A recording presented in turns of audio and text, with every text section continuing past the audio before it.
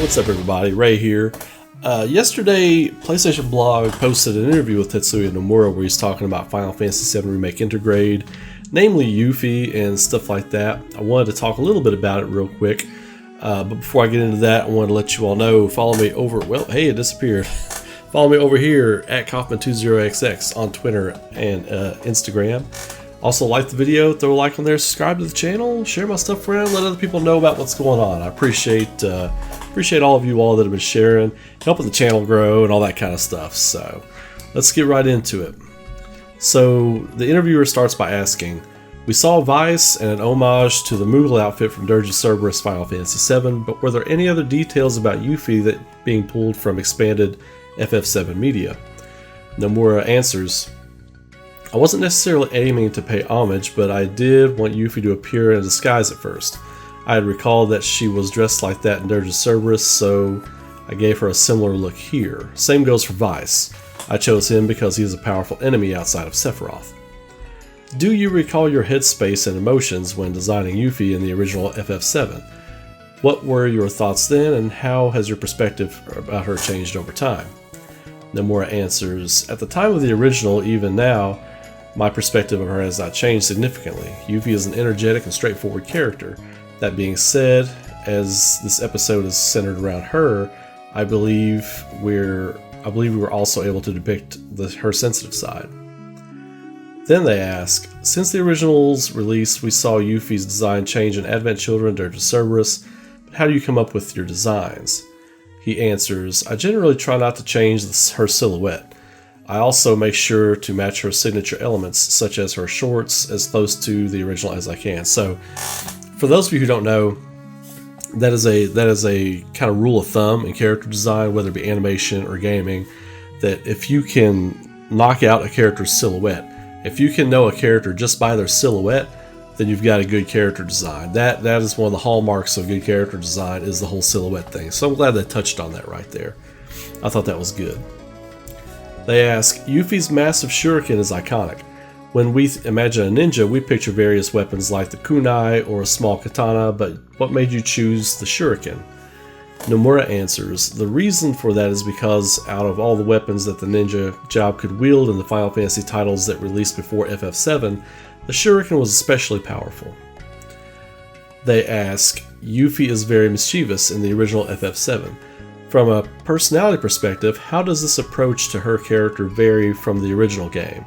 Nomura answers this question and says, when considering Yuffie in a large group, you can't help but notice how energetic she is, but I think she is also a character whose inner workings become more visible the closer you get.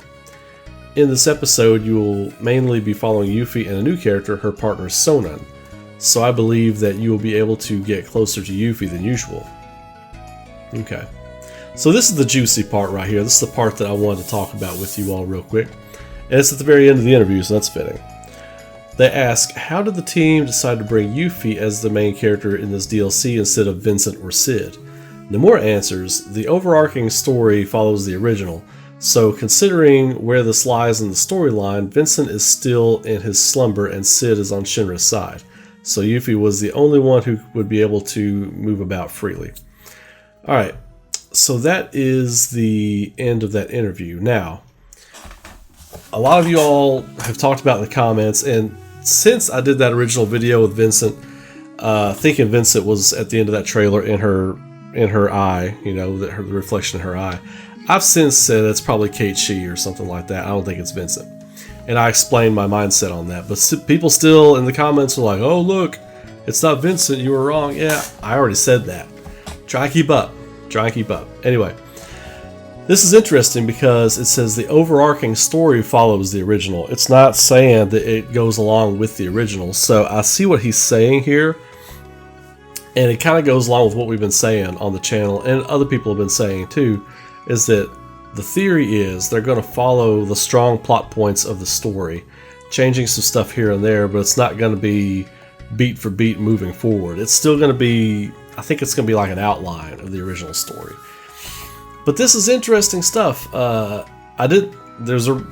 kind of knew Cid wasn't going to be the character. Yuffie makes sense. Yuffie makes a lot of sense because you kind of meet her soon after you leave Midgar anyway. Once you get to the other side of the Mithril Caves, and in the forest outside of Fort Condor you can bump into her. So that makes sense, and I'm cool with it. I'm really looking forward to Intergrade.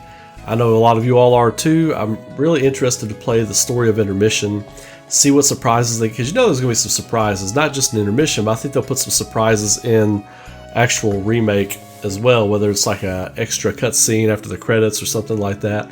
I believe they'll give us something juicy to chew on. And they might not. If they don't, I'm not going to be disappointed, because it's still going to be just a prettier game. A much prettier game, and the original game was already super pretty as it was. So I'm looking forward to this. Let me know what you all think in the comments. Are you all looking forward to this? Did you find anything other interesting tidbits out of this? It was pretty cut and dry as far as like a Nomura interview. They didn't really touch on anything juicy. Of course, Square Enix doesn't do that anyway. They're not the type of company that's going to come out and try and drop bombs in interviews. They're just going to try to keep the hype train rolling for the next installment to come out, and that's what they've done. They've done a good job, and kudos to their marketing team. So anyway, y'all have a great day. Be good to each other out there. Stay safe and keep rocking. I will see you all in the next video.